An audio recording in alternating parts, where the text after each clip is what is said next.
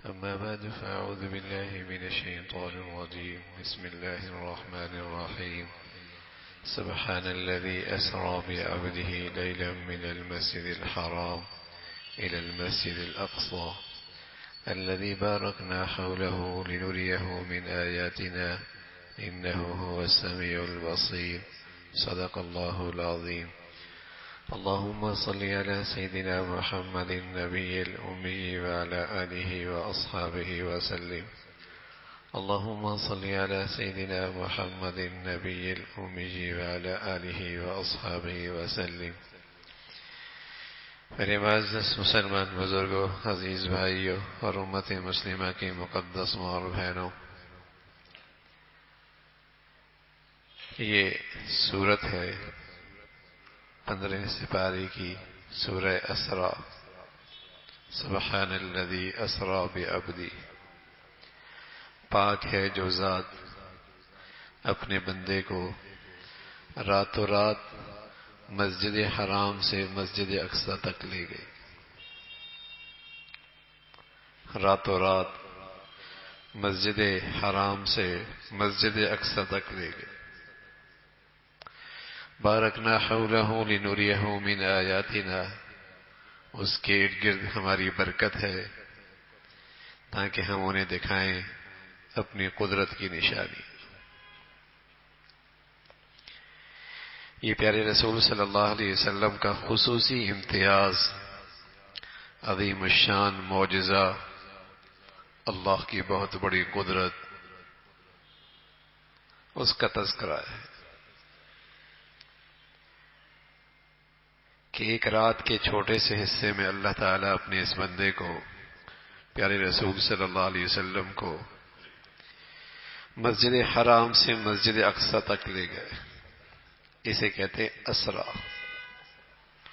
اللہ نے آسمان سے ایک سواری بھیجی، براق. اس پہ آپ سوار ہوئے اور آپ مسجد اقصی پہنچ گئے. بیت المقدس کے اندر جانے کے لیے آپ نے سواری کو باہر باندھ دیا. وہاں آپ نے 2 رکعت نفل پڑھے. پھر آسمان سے ایک زینہ اترا. اس زینے کی کیا کیفیت تھی وہ تو اللہ ہی جانتے ہیں، لیکن اس زمانے میں شاید کوئی نہ سمجھے. آج کی لفٹ نے تو بہت کچھ سمجھا دیا. کیسی لفٹ اوپر جاتی ہے، وہ تو اللہ کی قدرت ہے. اس کی شان کا کیا کہنا. زینہ اترا، آپ علیہ الصلوۃ والسلام اس پر بیٹھے. پہلے آسمان پہ، دوسرے آسمان پہ، چھٹے آسمان پہ، 7ویں آسمان پہ. پھر آپ سدرۃ المنتہا تک پہنچے. پھر آپ بیت المعمور، جو فرشتوں کا بیت اللہ ہے، ایک طرح طواف کرتے ہیں وہاں. آپ فرمایا کرتے تھے 70,000 آدمی بیت المعمور میں داخل ہوتے ہیں، دوبارہ ان کی قیامت تک باری نہیں آتی.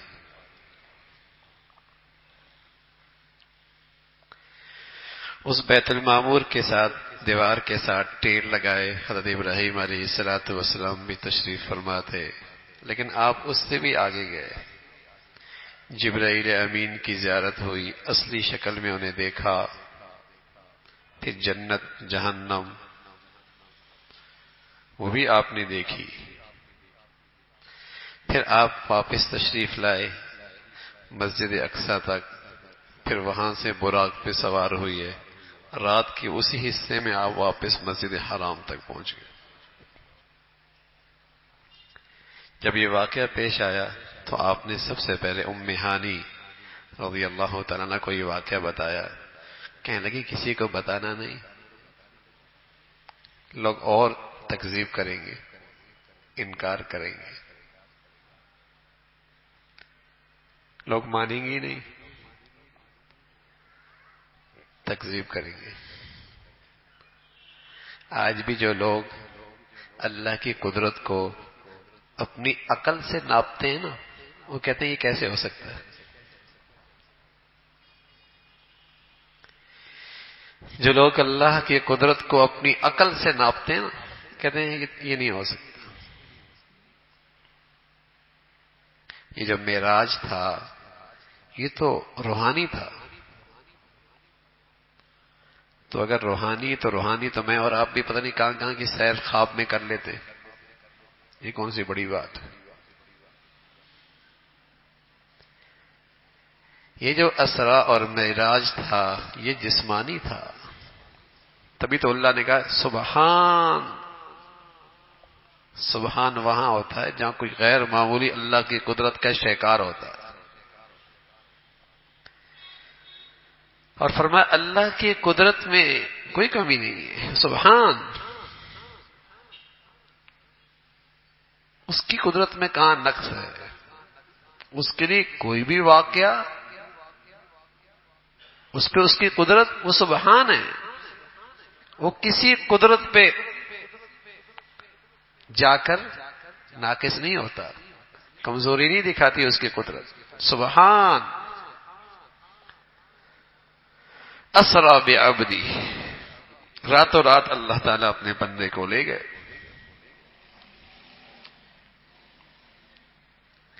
جب یہ بات حضرت ابو بکر رضی اللہ تعالیٰ عنہ کے سامنے اس وقت کے عقل پرست لوگ لے کر آئے اس خیال سے کہ ابو بکر بھی بڑے ہوشیار آدمی ہیں، اب تو کم سے کم اس نئے شخص سے دور ہو جائیں گے کہ جو کہہ رہا ہے رات کے حصے میں میں مسجد اقصی تک چلا گیا اور پھر معراج کر لیا اور پھر واپس بھی آ گیا. وہ آیت دوڑتی ہوئی ہے. حضرت ابو بکر رضی اللہ تعالیٰ نے فرمایا کس نے کہا ہے؟ کہا جس پہ تم ایمان لائے ہو. فرمایا اگر اس نے کہا ہے تو سچ کہا ہے. اس نے کہا ہے تو سچ کہا ہے. پیارے رسول صلی اللہ علیہ وسلم فرمایا کرتے تھے لوگو میرے صدیق کے بارے میں مجھے پریشان نہ کیا کرو، اس لیے کہ صدیق تو وہ ہے جب ساری دنیا انکار کر رہی تھی ابو بکر تھے جو میری تصدیق کر رہے تھے.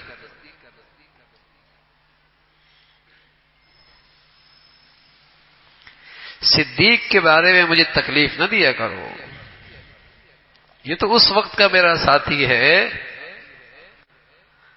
جب ساری دنیا انکار کر رہی تھی یہ مان رہے تھے، جب تکذیب کر رہی تھی تصدیق کر رہا تھا. سبحان الذي اسرى بعبده ليلا من المسجد الحرام الى المسجد الاقصى. تو مسجد حرام سے مسجد اقصی تک جانا یہ اسرا ہے. اس کے اوپر زینے پہ جانا وہ معراج ہے. اوپر کا سفر آسمانوں کا وہ معراج ہے. وہ بھی قرآن کی آیت موجود ہے، سورہ نجم میں ہے، احادیث موجود ہے کہ آپ علیہ الصلوۃ والسلام کو اسی رات میں اسرا بھی ہوا، معراج بھی ہوا. آج آسمانوں پہ لے گئے اور اللہ کی قدرت کی نشانیاں دیکھی، حقائق دیکھے. آپ علیہ الصلوۃ والسلام نے لیلۃ المعراج یہ ہجرت سے پہلے کا واقعہ ہے. اس کے بعد آپ کافی عرصے دنیا میں تشریف فرما رہے. آپ نے کوئی معراج پہ خاص عمل تو نہیں کیا، کوئی خاص نفل تو نہیں پڑے، کوئی خاص دن تو نہیں منایا. یہی وجہ ہے کہ معراج کے بارے میں مختلف احادیث موجود ہیں کہ اس کی تاریخ کون سی ہے، وہ رات کون سی ہے، وہ دن کون سا ہے. مختلف احادیث موجود ہیں کیونکہ آپ نے خود بھی اس رات میں اپنی زندگی میں کوئی اہتمام نہیں کیا. لیکن یہ واقعہ تو ہوا، قرآن میں اس کا ذکر. اور اس واقعے میں جو آپ کو اللہ نے ایک خاص تحفہ دیا، جو اصل ہم بات کرنا چاہ رہے ہیں، جو سوچنے بھی چاہیے مسلمان کو، کہ وہ کیا چیز ہے کہ اللہ کے سارے احکامات تو دنیا میں آئے، لیکن یہ تحفہ ایسا ہے کہ اس کے لیے اللہ نے اپنے حبیب کو اپنے بارگاہ میں بلایا اور وہاں سے وہ تحفہ دے کر بھیجا. وہ تحفہ کیا تھا؟ وہ نماز کا تحفہ تھا. نماز کا تحفہ. سارے احکامات دنیا میں آئے لیکن نماز کے تحفے کے لیے آپ نے اپنے حبیب کو اپنے پاس بلایا اور 50 نمازیں ملی. موسیٰ علیہ الصلوۃ والسلام چھٹے آسمان پہ تھے, بتایا 50 نمازیں. آپ کی امت نے کوئی نہیں پڑھ لی, تخفیف کروا لے. کرتے کرتے آپ 5 تک اللہ نے کر دی. موسیٰ علیہ الصلوۃ والسلام فرمانے لگے اور بھی کروا لو.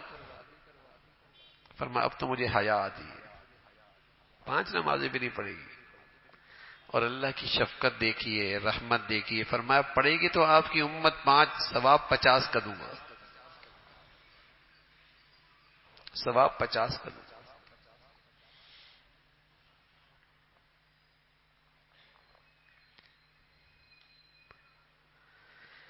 حضرات صحابہ رضوان اللہ علیہ اجمعین کے پاس جب یہ دولت آئی, یہ تحفہ آیا تو خوش ہو گئے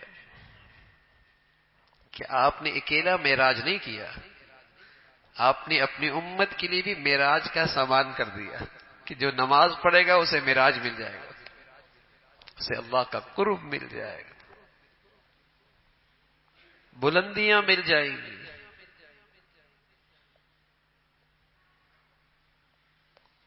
الصلاۃ معراج المؤمنین, ایمان والوں کا معراج.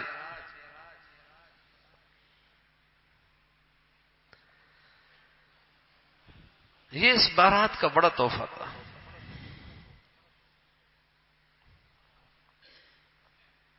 یہ بڑا عمل تھا.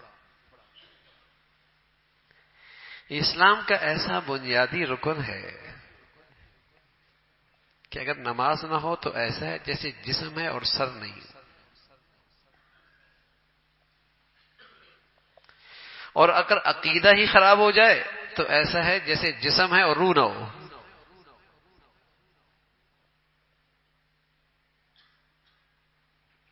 سر کے بغیر زندگی کوئی نہیں, نماز کے بغیر اسلام کوئی نہیں, نماز کے بغیر اسلام کوئی نہیں. حضور علیہ الصلوۃ والسلام کے زمانے میں جو اسلام کا جھوٹا دعویٰ کرتے تھے نا, جو منافق تھے, نماز چھوڑنے کی ہمت انہیں بھی نہیں ہوتی تھی. اس لیے کہ وہاں یہ بات عام تھی کہ نماز وہ نہیں پڑھتا جو کافر ہے, اور منافق نے اپنے آپ کو کافر تو کہلانا نہیں تھا, نماز وہ بھی نہیں چھوڑتے تھے. ہاں قرآن کہتا ہے نماز پڑھتے تھے لیکن کاہلی کے ساتھ, سستی کے ساتھ, بے دھیانی کے ساتھ, بوجھ سمجھ کے. لیکن انہیں بھی جو جھوٹا اسلام کا دعویٰ کرتے تھے, نماز چھوڑنے کی ہمت انہیں بھی نہیں ہوتی تھی. اس لیے کہ یہ بات تھی, واضح تھی کہ جو نماز نہیں پڑھتا وہ کون ہوتا ہے, مسلمان نہیں ہوتا.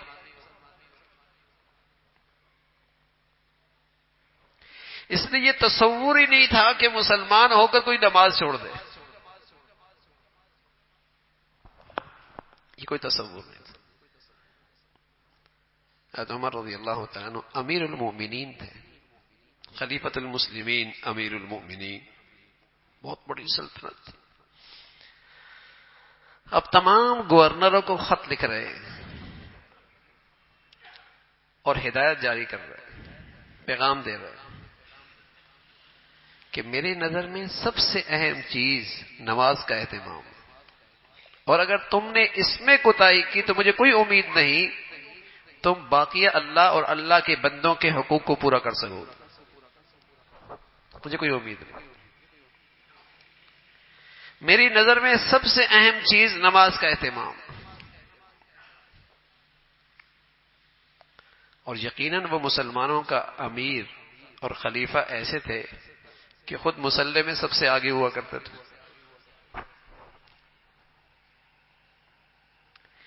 اس امت میں شرافت کا معیار یہی تھا, عزت کا معیار, شرافت کا معیار, اچھائی کا معیار یہ تھا کہ وہ اللہ کے گھر میں کہاں ہے. اس امت کے سب سے بڑے ابو بکر، عمر، عثمان و علی رضوان اللہ علیہم اجمعین مسجد میں کہاں ہوتے تھے؟ سب سے آگے.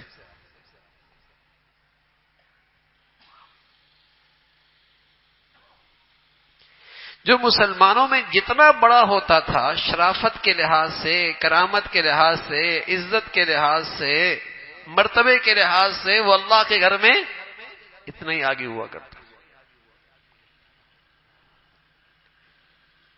یہ مغربی تہذیب ہے، جو جتنا بڑا مرتبے میں ہے اتنے بڑے کلب میں جاتا ہے،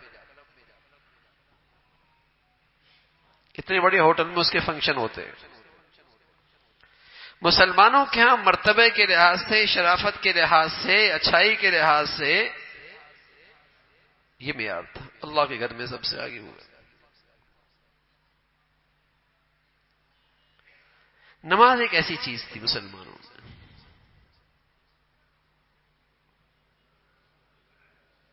رسول اللہ صلی اللہ علیہ وسلم فرمایا کرتے تھے اپنی نماز کو 7 سال کی عمر میں اپنے بچے بچیوں کو نماز کی عادت ڈالو. شعور آ جاتا نا، شعور آ جاتا. حضرت مفتی شفیع صاحب رحمۃ اللہ علیہ فرمایا کرتے تھے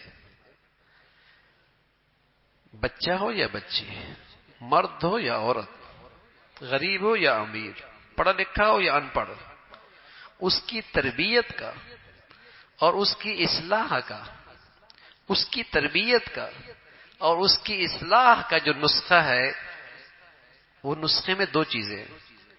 ایک نماز، دوسرا قرآن. اس کے بغیر انسان کی تربیت نہیں ہو سکتی. نہ بچے کی، نہ بچی کی، نہ مرد کی، نہ عورت کی، نہ پڑھے لکھے کی، نہ جاہل کی. فرمایا یہ عالمی نسخہ ہے، اللہ نے دیا ہے تربیت اور اصلاح کا، کہ نماز اچھی ہو، تلاوت اچھی ہو، تلاوت کا معمول ہو، نمازوں میں خشوع ہو، یہ انسان اچھا ہو جائے گا. باقی ساری اچھائیاں اس کے اندر آنا شروع ہو جائیں گی اور برائیاں نکلنا شروع ہو جائیں گی. لیکن کوئی یہ نسخہ ہی صحیح استعمال نہ کرے پھر کوئی امید نہیں ہے اس کی شرافت کی اور اس کی اچھائی کی. اب لوگ کہتے ہیں بچہ ہے تو اچھا، میرا بڑا شریف بچہ ہے، بس نماز نہیں پڑھتا. تو یہ کون سی اچھائی ہے میاں؟ یہ تو ایسا ہی بچہ ہے تو بالکل ٹھیک، ٹانگیں بھی ٹھیک ہے، ہاتھ بھی ٹھیک ہے، ہاں، لیکن بس ذرا سر نہیں ہے. کہتے ہیں بچہ اچھا، بس نماز نہیں پڑھتا. ذرا بڑی ہمت ہے مسلمان کی کہ اس کو ذرا کہتا ہے. یہ تو بے دینی ہے، یہ تو بے دینی ہے. اللہ کے نبی فرمایا کرتے تھے مسلمان اور کافر کے اندر فرق کیا ہے؟ نماز کا چھوڑنا، ترک الصلاۃ، نماز کا چھوڑنا. ما سلککم فی سقر قالوا لم نک من المصلین، جہنم میں کیوں پڑے ہو؟ نماز نہیں پڑھتے تھے.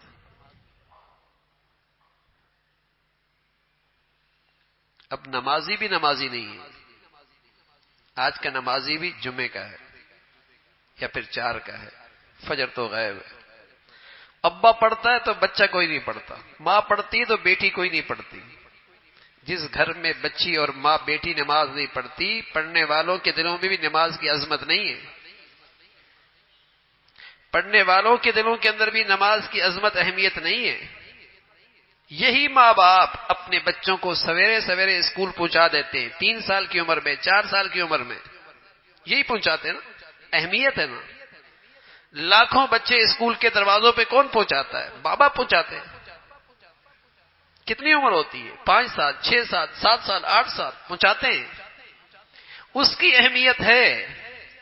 یہ بظاہر نمازی ہے باپ، بظاہر نمازی ہے ماں، بچی نہیں پڑھتی، باپ نہیں، بیٹا نہیں پڑھتا. ان کے دلوں کے اندر بھی نماز کی عظمت، اہمیت نہیں. اگر اہمیت، عظمت ہوتی تو یوں اولادوں کو بے نمازی نہ چھوڑتے. تعلیم کی اہمیت ہے نا، کیسے پہنچاتے ہیں؟ سویرے سویرے. کتنے ماں باپ ہیں جن کے بچے سویرے سویرے مسجدوں میں آتے ہیں اور ان کی بیٹیاں سویرے سویرے مصلی پہ ہوتی ہیں. ایک تو وہ جو خود نمازوں سے دور ہیں، اور ایک وہ ہیں جو خود نمازی ہیں، اولاد کا کیا حال ہے؟ انہیں اپنی نبی کی بات کا کتنا لحاظ ہے کہ آپ فرما رہے ہیں 7 سال کی عمر میں بچے بچی کو نمازی بناؤ.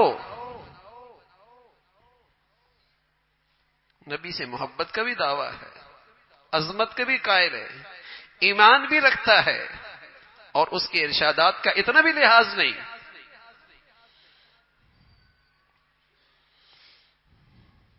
کتنے مسلمان ہیں جن کی اولادیں نماز پڑھتی، خود نمازی ہے، نماز کی عظمت سے محروم ہے، نماز کی اہمیت سے محروم ہے.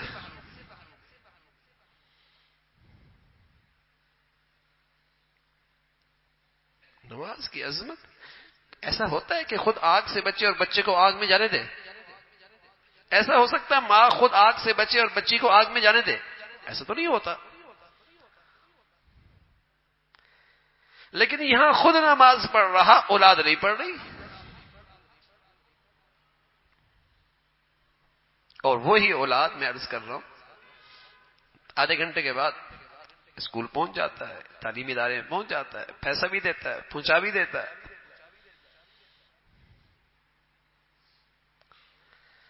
آپ فرما رہے ہیں 7 سال کی عمر میں بچے بچی کو نماز کی عادت ڈالو. 10 سال کی عمر میں نہ پڑھنے پر تنبیہ کرو، سرزنش کرو، بستر الگ کر دو، چادر الگ کر دو.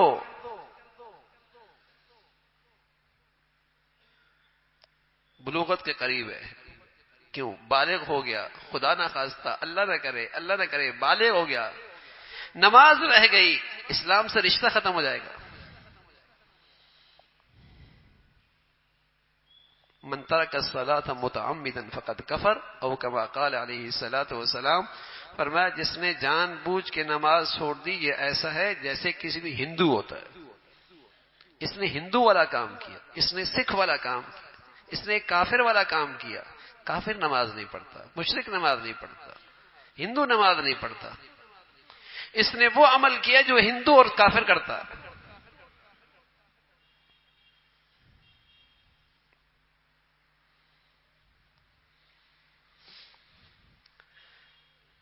الحمدللہ مسلمانوں میں شراب کی گندگی کا احساس ہے. بیٹا نہیں، چوکیدار بھی پی لے گا نا، برداشت نہیں کرے گا. بیٹا نہیں، چوکیدار بھی پی گا تو برداشت نہیں کرے گا. اور نماز چوکیدار چھوڑے، بیٹا چھوڑے، بیٹی چھوڑے، کوئی پرواہ نہیں. ارے میاں نماز کا چھوڑنا شراب سے بڑا گناہ ہے.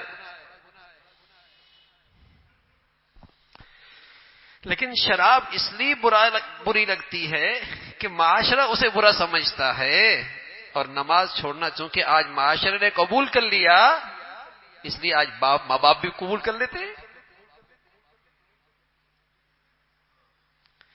شرابی کو آج معاشرے نے اتنے آسانی سے قبول نہیں کرتا نا، بھی نمازی کو قبول کر لیا، اس لیے ماں باپ نمازی ہیں پھر اس کو قبول کر لیا. نماز چھوڑنا تو شراب سے بڑا گناہ ہے.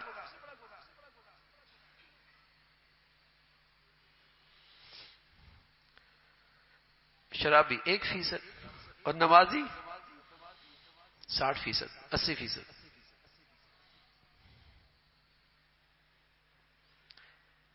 کتنے تاجر نماز کے لیے اٹھتے ہیں، کتنے صنعتکار نماز کے لیے اٹھتے ہیں، کتنے اسکول کالج یونیورسٹیوں کے بچے نماز کے لیے اٹھتے ہیں، کتنے مسلمان سویرے سویرے مسجد میں آتے ہیں، کتنی فیصد ہے؟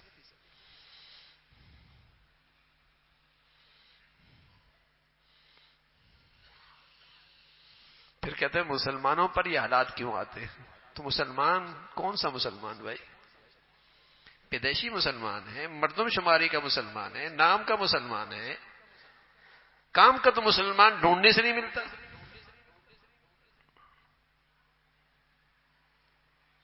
حضور علیہ الصلوۃ والسلام فرمایا کرتے تھے اسلام جب آیا تھا بدأ غریبا، تو اسلام کی زندگی بڑی عجیب عجیب لگتی تھی. جیسے مسافر کسی علاقے میں آ جائے تو وہ اجنبی اجنبی لگتا ہے، کوئی نیا آدمی آ گیا. اسلام بھی جب آیا تھا تو اجنبی اجنبی لگتا تھا. وَسَيَعُودُ غَرِيبًا كَمَا بَدَأَ. ایک دن وقت آئے گا کہ اسلام کی زندگی پھر عجیب لگے گی. منہ بولے مسلمان تو بہت ہوں گے، لیکن اسلام کی زندگی وہ اجنبی سی ہو جائے گی. وہ تو اجنبی مسافر کی طرح ہوگی. خال خال کوئی مسلمان عمل کا نظر آئے گا، جس کے معاملات معاشرے سے لے کر عبادت کی زندگی مسلمانوں کی سی ہو. خال خال ملیں گے.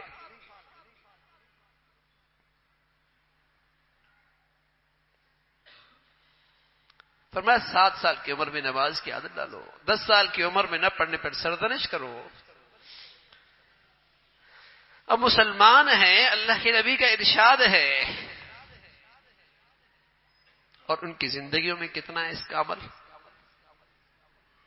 میرے عزیزوں، ایک تو وہ مجمع ہے نا جو مسجدوں میں بھی نہیں آتا، نہ باپ آتا ہے نہ ماں کا تعلق دین سے، لیکن ایک بڑا مسلمانوں کا طبقہ ہے جو خود کسی درجے نماز سے تعلق ہے، لیکن اولاد کے بارے میں وہ درد نہیں، اولاد کی یہ فکر نہیں ہے.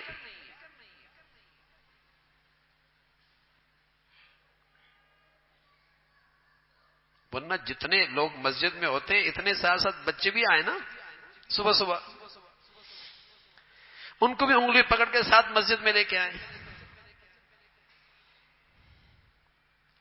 بلکہ مرد ایک ہوتا ہے، بچے 3-4 ہوتے ہیں.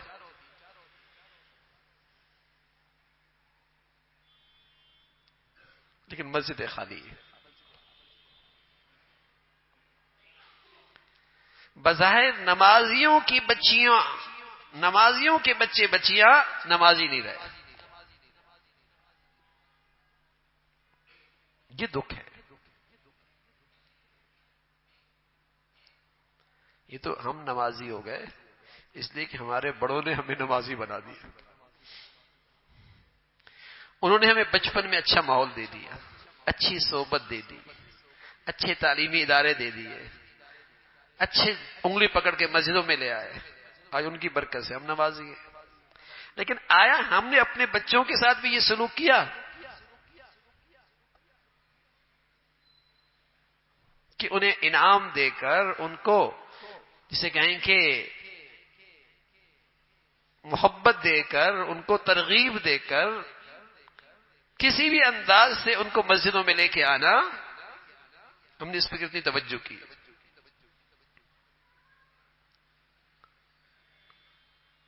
اچھا ہے تعلیم دلائیں،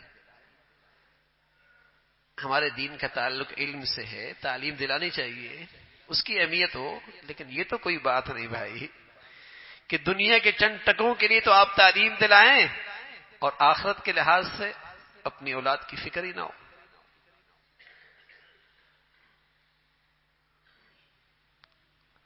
نماز ہی نہیں ہے تو آپ کیا امید رکھ سکتے ہیں کہ وہ اچھا مسلمان بن سکتا ہے؟ یہ تو اسلام کا پہلا قدم ہے بھائی. یہ تو ایمان عقیدے کے بعد پہلا بنیادی رکن ہے. اس کے بغیر تو اسلام کی عمارت کوئی نہیں کھڑی ہونی. تبھی تو اللہ کے نبی صلی اللہ علیہ وسلم فرمایا 7 سال کی عمر میں، 10 سال کی عمر میں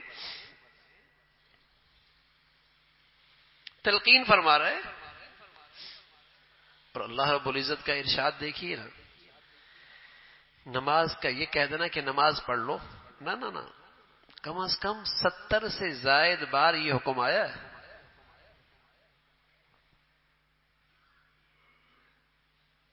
اور جہاں ایمان والوں کا تذکرہ آیا، نماز کا تذکرہ. قد افلح المؤمنون، ایمان والے کامیاب ہو گئے. ان کی پہلی خوبی الذین هم فی صلاتهم خاشعون، ان کی نماز بڑھیا ہے، ان کی نماز بڑھیا ہے، ان کی نماز بڑھیا ہے.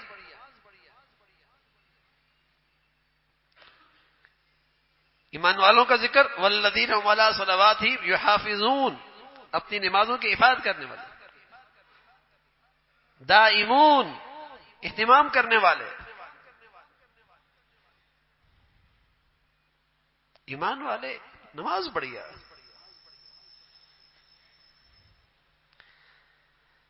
حکیم علومہ تھانوی رحمۃ اللہ علیہ فرمایا کرتے، بہت سارے اسلام کے احکامات ایسے ہیں کہ جن کے ثمرات اس دنیا کے اندر بھی ملتے ہیں، اس کا ثمرہ، اس کا نتیجہ، اس کا اثر اس دنیا میں بھی ظاہر ہوتا ہے. جیسے وَيُرْبِي الصَّدَقَاتِ، صدقہ دینے سے مال میں برکت ہوتی ہے. اصل تو اللہ کی رضا کے لیے آدمی صدقہ دیتا ہے نا، لیکن اس کا دنیا میں اثر ہے، مال میں برکت ہوتی ہے. زکوٰۃ دو، تمہارے مال کی حفاظت ہوگی. ویسے تو اصل تو اللہ کی رضا ہے، لیکن اس کا اثر یہ بھی ظاہر ہوتا ہے کہ مال کی حفاظت ہوتی ہے. اسی طرح نماز ہے، نماز کا اثر کیا ہے؟ ان الصلاۃ تنہی عن الفحشاء والمنکر. نماز جہاں ہوتی ہے وہاں برائیاں نہیں رہتی. تھانوی رحمۃ اللہ علیہ فرمایا کرتے تھے، دیکھو بھائی، نماز کا یہ اثر آج بھی موجود ہے، لیکن یاد رکھو جب نماز پڑھو تو اس اثر کی نیت بھی کیا کرو. اور نماز پڑھتے پڑھتے یہ نیت کیا کرو نماز پڑھنے سے پہلے، اے اللہ ایسی نماز مجھے عطا فرما دے جو مجھے برائیوں سے روک دے. اگر یہ چند دن بھی تم اس نیت سے نماز پڑھو گے، تم محسوس کرو گے تمہاری زندگیوں سے گناہ نکلنے لگیں گے، برائیاں نکلنے لگیں گی. نماز اس نیت سے پڑھو نا کہ اللہ دنیا میں اس نماز کا یہ اثر بھی مجھے عطا فرما، کہ اللہ ایسی نماز دے دے جو مجھے برائیوں سے روکا دے، برائیوں سے مجھے دور کر دے. یہ تاثیر تو قرآن نے بتائی ہے. لیکن میں 40 سال سے نماز پڑھ رہا ہوں، 30 سال سے نماز پڑھ رہا ہوں، جھوٹ بھی چل رہا ہے، بد نظری بھی چل رہی ہے، غیبت بھی چل رہی ہے، کینہ بغض بھی دل میں پال رکھا ہے، میری نماز کا یہ اثر کیوں نہیں؟ تو میرے عزیزو ذرا سوچو تو صحیح، کبھی ہم نے نماز اس نیت سے پڑھی بھی ہے کہ اللہ اس نماز سے میرے گناہ ختم کر دے اور ایسی نماز دے دے جو مجھے گناہوں سے دور کر دے؟ پڑھ کے دیکھیں، پھر یہ تاثیر ظاہر ہوگی. لیکن آج کا مسلمان ایسا سادہ ہے، وہ نماز ایسی پڑھنا بھی نہیں چاہتا کہ ساری گناہ چھوٹ جائیں تو مزہ کیا رہے گا.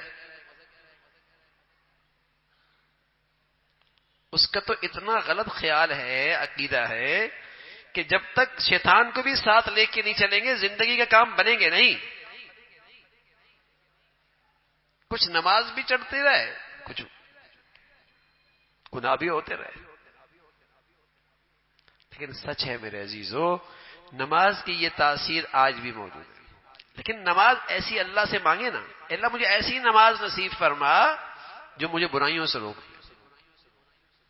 یہ تو نہیں ہو سکتا کہ صدیاں گزر گئیں، نمک کی تاثیر تو آج بھی باقی ہے، آج بھی وہ نمکین ہے. مرچوں کی تاثیر آج بھی باقی ہے، وہ آج بھی کڑوی ہے. برف میں آج بھی ٹھنڈک موجود ہے، آگ کے انگارے میں آج بھی تپش موجود ہے. صدیاں گزر گئیں، ان چیزوں کی تاثیر تو نہیں بدلی، تو نماز کی تاثیر کیسے بدل سکتے؟ نماز کی تاثیر بھی نہیں بدلی. لیکن میری ایسی نماز ہو، اس نیت کے ساتھ ہو کہ اللہ ایسی نماز دے دے جو مجھے برائیوں سے روک دے. تو نماز تربیت کا وظیفہ ہے، اللہ کا ایسا حکم ہے جس سے آدمی کی تربیت ہونے لگتی ہے، آدمی کی اصلاح ہونے لگتی ہے، برائیوں سے دور ہونے لگتا ہے. لیکن نماز بڑھیا ہو، بڑھیا نماز ہو، اپنی نماز اچھی کریں. الحمدللہ دنیا کی ہر چیز اچھی ہو گئی. محنت کی نا، محنت کی. چادروں کے گھر میں رہتے تھے، پکے گھر آ گئے. سائیکل میں چلا کرتے تھے، گاڑیاں آ گئی. چھوٹے مختصر گھر تھے، بڑے ہو گئے. معمولی کپڑے گھروں میں ہوا کرتے تھے، بیگ بھرے پڑے ہیں. محنت کی نا. تو بھائی 40 سال ویسے نماز پڑھ رہے تھے، آج بھی ویسی نماز ہے. محنت کتنی کی ہے؟ نماز کی بڑھیا کرنے کی فکر کتنے کی ہے؟ ہر چیز پہ توجہ دی رہے بھائی، ہر چیز کو توجہ دی، محنت کی، بڑھیا ہو گئی، اس کا معیار اچھا ہو گیا. زندگی کا اسٹیٹس اچھا ہو گیا، رہن سہن کے انداز اچھے ہو گئے، محنت کی، توجہ دی ہے نا، نماز کتنی اچھی ہوئی، نماز کتنی بڑھیا ہوئی.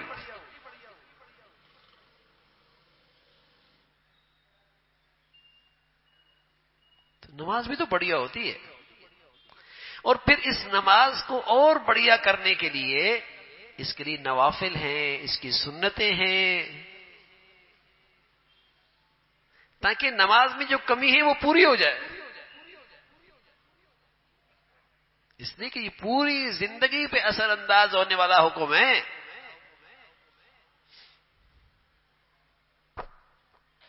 تو نماز بڑھیا ہو اور اس کو بڑھیا کرنے کی فکر ہو، بڑھیا کرنے کی فکر ہو.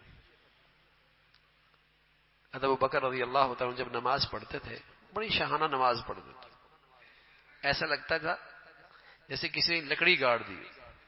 قیام فرماتے تھے. ایک دن اللہ کے نبی صلی اللہ علیہ وسلم فرمایا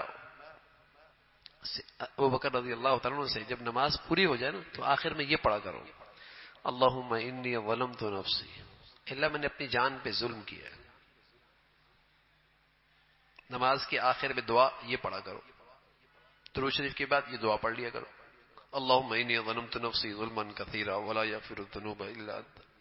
اب اتنی بڑھیا نماز، ایمان بھی صدیق کا ایسا کہ ساری امت کا ایمان ملا دیا جائے ایک ترازو میں، اور ایک ترازو میں آپ کا، تو آپ کا ایمان سب سے بڑھ جائے. نماز بھی ایسی بڑھیا، اور اللہ کے نبی تلقین یہ فرما رہا ہے کہ یہ آخر میں دعا پڑھ لیا کرو. سبحان اللہ. بڑھیا نماز کی کوشش کرو، پھر بھی اللہ کے سامنے بہکاری بن کے اس مولا سے کہو، اے اللہ تیرے دربار کے لائق تو اب نہیں، اللہ تو اپنے فضل سے اسے قبول فرما لے، ورنہ میری کیا نماز. پھر بھی عاجزی اور انکساری کے ساتھ اللہ کے سامنے التجا کرو.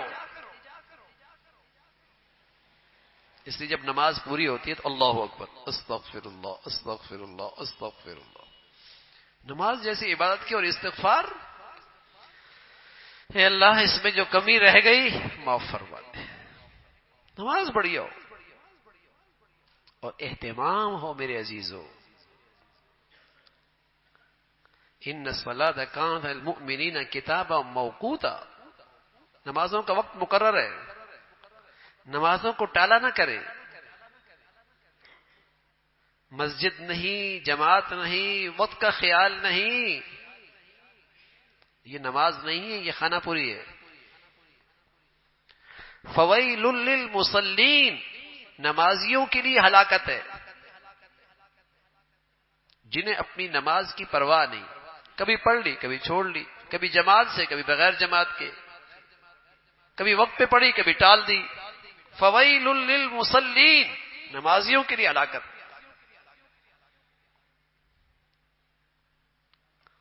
نماز اچھی ہو، اس کو بڑھیا بنانے کی فکر ہو. اور جو بھی گھر میں فرد ہے، مرد ہے، عورت ہے، بچہ ہے، بچی ہے، نماز کی عادت ڈالو. نحوست ہوگی. لوگ کہتے ہیں بندش ہو گئی. ارے میاں سارے بے نمازی اکٹھے ہیں تو ابھی کسی اور کو بندش کرنے کی ضرورت ہے؟ کسی کی نظر لگ گئی، ہاں بزرگ تو بہت ہے، بس صرف نظر ہی لگنی رہ گئی، باقی تو کوئی عیب ہے نہیں نا، گناہ تو ہوا نہیں، خطا تو ہوئی نہیں، بس کسی کی نظر لگ گئی. اتنی بڑی نحوست ہے. نماز جیسے فریضہ میرے گھر میں چھوٹ رہا ہے، جو شراب سے بڑا گناہ ہے، پھر سی نحوست نہیں ہوگی.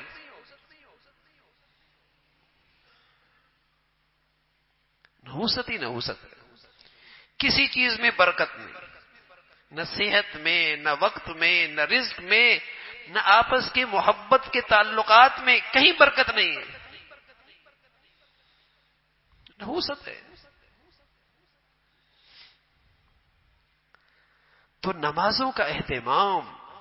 آپ کے ماتحت دکان میں کام کرنے والے، فیکٹری میں کام کرنے والے، گھر میں کام کرنے والے، ان کی نمازوں کو فکر ہو.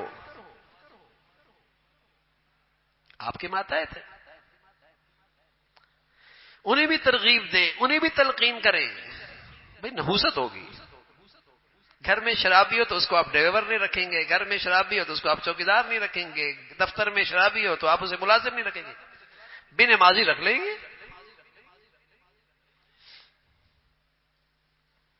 شرابی کو بیٹیاں نہیں دیں گے، شادیاں شرابی کے ہاں نہیں کریں گے، بے نمازی کیا سب کر لیں گے۔ وہاں تو کوئی نہیں پوچھتا کہ دین کا کیا حال ہے، اس کا نماز کا کیا حال ہے، پوچھتا ہے کیا پڑا ہوا ہے، کام کیا کرتا ہے، کاروبار کیا ہے، یہ سوال ہوتا ہے۔ نماز اس سے زندگی بنتی ہے، اس سے زندگی میں برکت آتی ہے،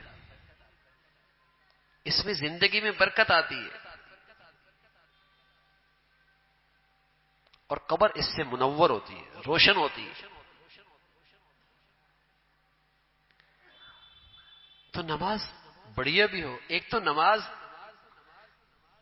کا اہتمام ہو، دوسرا پھر اس کو بڑھیا کرنے کی کوشش کریں۔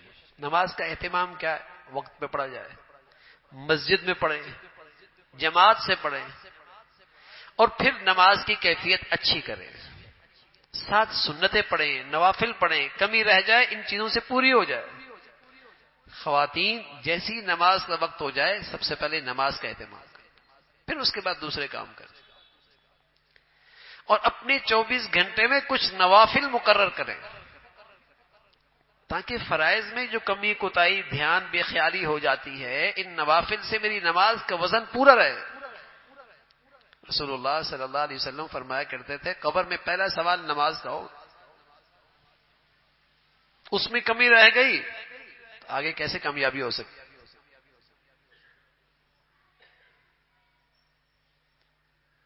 اچھی نماز، بڑھیا نماز، اور بھائی جن کو اللہ رب العزت نے گھر کا سربراہ بنایا ہے، ذمہ دار بنایا ہے، ان کی یہ بھی فریضہ ہے کہ اپنی اولاد میں، اپنے گھروں میں، اپنے ماتحتوں میں نماز کی فکر کریں، نماز کی فکر کریں۔ یہ اولاد کے ماں باپ پر حقوق ہیں، یہ اولاد کے ماں باپ پر حقوق ہیں کہ اس معصوم شعور میں، اس بلوغت سے پہلے ان کے دلوں میں نماز کی عظمت، اہمیت پیدا کریں، نماز کی عادت ان میں پیدا کریں۔ اگر آج ہم نے اولاد کی یہ حقوق ضائع کیے تو بڑھاپے میں اور بڑی عمر میں یہ اولاد ہمارے حقوق ضائع کرے، پھر شکایت نہ ہو، پھر شکایت نہ ہو کہ اولاد ہماری سنتی نہیں۔ جب اللہ نے تمہیں کہا تھا اولاد کے بارے میں، تم نے اللہ کی کتنی سنی تھی؟ اس کا ری ایکشن تو ہوگا نا بھائی، اس کا ری ایکشن تو ہوگا۔ تو یہ اللہ تعالیٰ کی طرف سے ذمہ داری ہے کہ اولاد بچپن ہی کے اندر، اس کے اندر نماز کی عظمت ہو، اہمیت ہو۔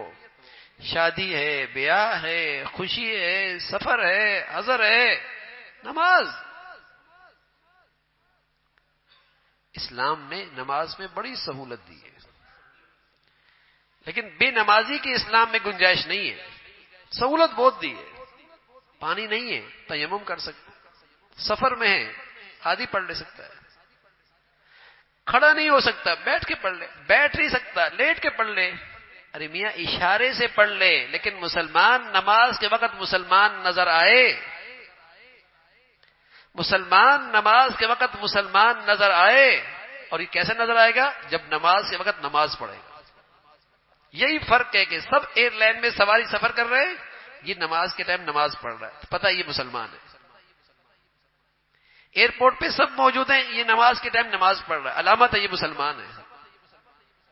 بازار میں ہے، نماز کا وقت ہے، یہ نماز پڑھ رہا ہے، یہ علامت ہے یہ مسلمان ہے۔ سفر میں ہے آدھی پڑھ لے، سنتیں نہ پڑھ لے، نفل نہ پڑھے، فرض 4 ہیں 2 پڑھ لے، پانی استعمال نہیں کر سکتا، مل نہیں رہا، تیمم کر لے، کھڑا نہیں ہو سکتا، بیٹھ نہیں سکتا، لیٹ کر اشارے سے پڑھ لے، لیکن جب تک مسلمان ہے نماز چھوڑنے کی گنجائش نہیں ہے۔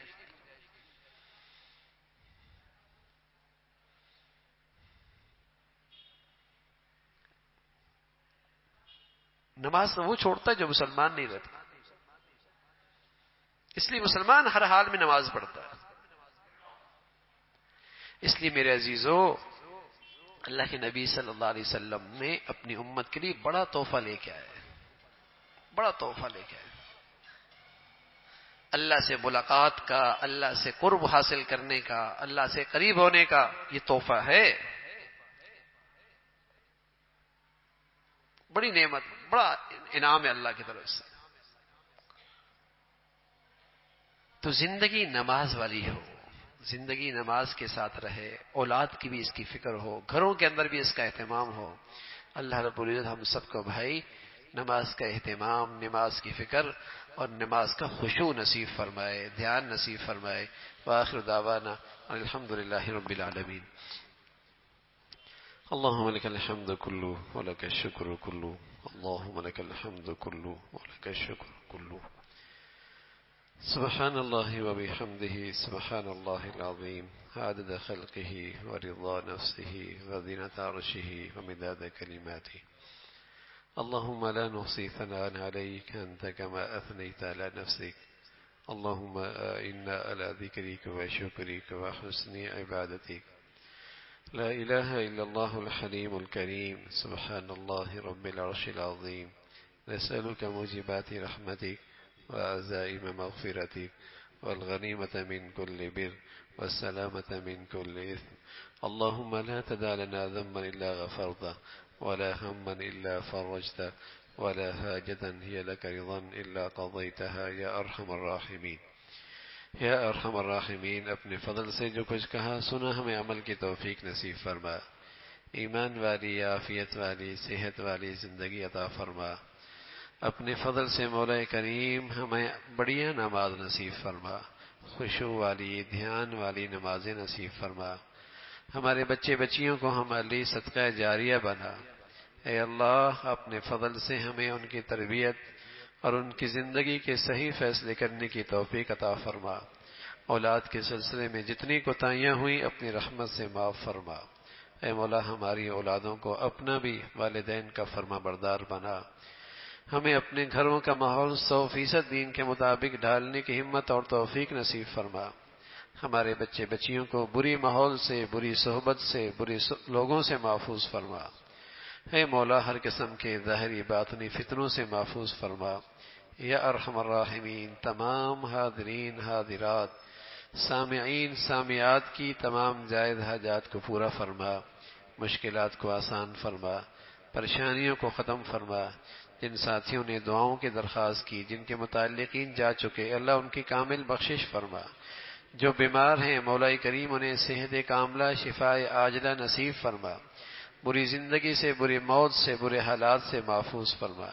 اے اللہ موذی امراض سے، ہسپتالوں کی زندگی سے حفاظت فرما. یا ارحم الراحمین، اپنے فضل سے ہر آنے والا دن ایمان کے لحاظ سے، عافیت کے لحاظ سے بڑھیا نصیب فرما. لقمہ حلال نصیب فرما. برکت والی زندگی، برکت والی روزی نصیب فرما.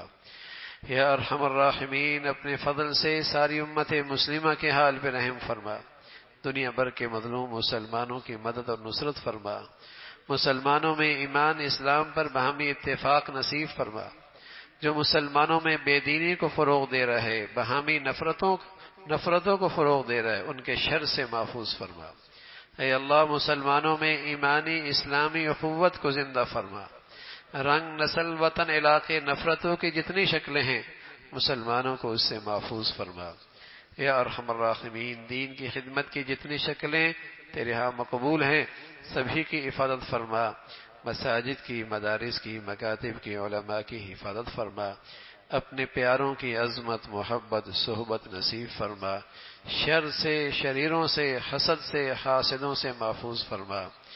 یا ارحم الراحمین، ہمارے ملک کو سلامتی عطا فرما. یا ارحم الراحمین، وطن عزیز کو سلامتی عطا فرما. یہاں ایمان، ہدایت کی فضاؤں کو عام فرما. اس ملک کو استحکام نصیب فرما. اندرونی بیرونی خطرات سے محفوظ فرما. یا نیکی کی اور خیر کی اور تعمیر کی جتنی قوتیں ہیں انہیں غلبہ نصیب فرما.